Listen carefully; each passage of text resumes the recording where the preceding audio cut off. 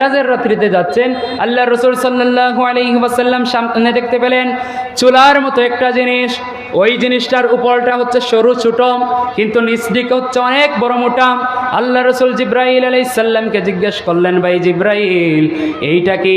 আর এখানে কান্নার আওয়াজ আসে, কারণ কি?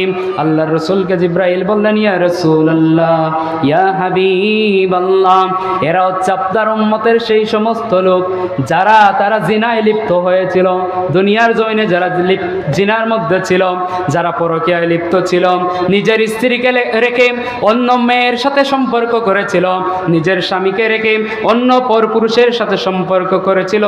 ইয়া রাসূলুল্লাহ, এই জন্যই আল্লাহ রাব্বুল আলামিন তাদেরকে এই শাস্তি দিচ্ছেন। নাউযুবিল্লাহি মিন যালিক। তাহলে 8 নম্বর শিক্ষা হচ্ছে কখনো ব্যভিচারের নিকটবর্তী হওয়া যাবে না। প্রিয় হাজিরিন কিরাম, 9 নম্বর শিক্ষা হচ্ছে আল্লাহ রাব্বুল আলামিন বলছেন যে অন্যায়ভাবে কোনো মানুষকে হত্যা করা যাবে না। খুব সংক্ষেপে এই পয়েন্টের উপর আপনারা দেখে নেবেন। কোরআনুল কারীমের 17 নং সূরা এর 33 নম্বর আয়াতের মধ্যে আল্লাহ রাব্বুল আলামিন এই কথা বলেছেন। তাছাড়া আরও বিভিন্ন জায়গার মধ্যে আছে। সংক্ষেপে বলছি, কবিরা গুনাহ, 4টা বড় বড় কবিরা গুনার মধ্যে আল্লাহ রাসূল সাল্লাল্লাহু আলাইহি সাল্লাম বললেন, আল ইশরাকু বিল্লাহ ওয়া উকুকুল ওয়ালিদাইন ওয়া কাতলুন নাফস ওয়া শাহাদাতুজ জুর।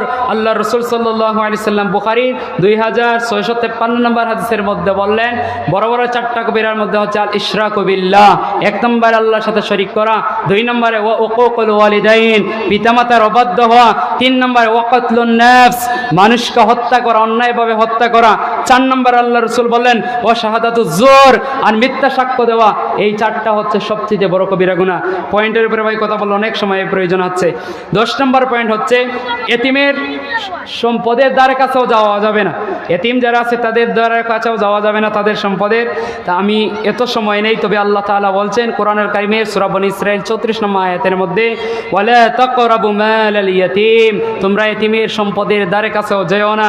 প্রিয় হাজিরিন কিরাম, এছাড়া আল্লাহ রাব্বুল আলামিন কাফেরদের একটা গুণ বলতে গিয়ে বলেছেন সূরাতুল মাউনের মধ্যে, কোরআনুল কারীমের 107 নং সূরার মধ্যে তিনি 2 নম্বর আয়াতের মধ্যে বলেছেন, ফাযালিকাল্লাযী ইয়াদউল ইয়াতীম, কাফের তো তারাই তো শিকারকারী যারা এতিমদের গলায় ধাক্কা দেয়। নাউযুবিল্লাহি মিন যালিক। আর ভাই বিভিন্ন আলোচনা রয়েছিল, বলা যাচ্ছে না।